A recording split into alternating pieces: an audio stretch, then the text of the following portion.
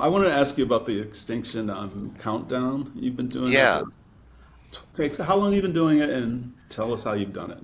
yeah. I started writing what was originally called Extinction Blog on LiveJournal, if you remember that, Mm. in something like 2004, maybe 2003. And it's just something I was doing while I was working full-time jobs. I was seeing all these studies and articles come out about endangered species and extinction that I didn't think were getting the publicity, the reach that they needed. So I started blogging about it. And in 2006, when my family moved away from New Jersey and we moved up to Maine for family reasons, I needed to start freelancing, and I hung that out as my shingle. This is an example of what I can do. And everyone said, do that for us. We want these stories about endangered species and extinction. So it became the defining force of my career. And over the years, over a little over 20 years, I've written about thousands of endangered species and cataloged. I can't even count them, an obscene number of species extinction, most of which have never been reported by anyone other than me. It's just mentioned in obscure scientific journals, and it's a tough thing. It's a tough act. It's a tough gig, but it's important, and it's become one of the missions of my life is to help endangered species. Is there one particular species you'd like to mention, one that just made an impression on you, or that got a lot of viewer, listener response, consumer response? Yeah. Well, I love some of the big megafauna: wolves, rhinos, orangutans, gorillas. Those are very charismatic species that matter to me. But I like surprising people. Writing about a parasite going potentially extinct blows people's minds, and they're like, "Why does that matter?"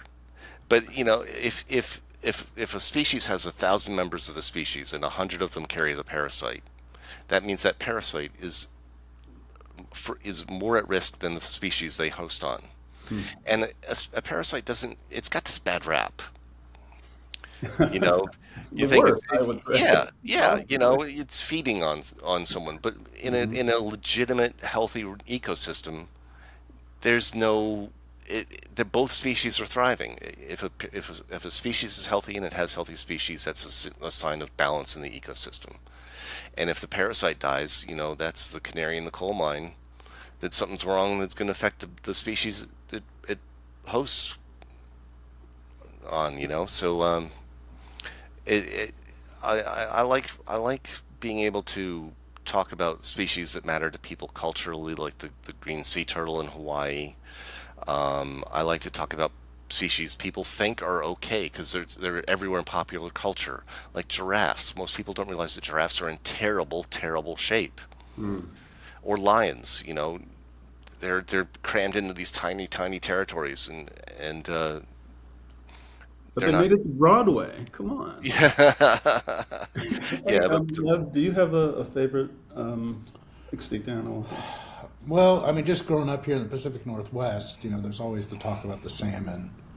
hmm yeah, That I think that and the spotted owl yeah, always sort of, created the framework for my understanding of the issues. sure, A lot of that comes down to like spotted owl versus the logging industry and salmon versus agriculture industry. But then the salmon's got the indigenous peoples culture thing that it's a big right, part of in this part of the yeah, country. Yeah, so, and those are still issues. It's funny how, totally. but am I correct that the spotted owl made, or no, I'm thinking of the barred owl that they wanted to cull like hundreds and thousands of, right? Like, Yeah, I didn't know that. I don't know there's that. there's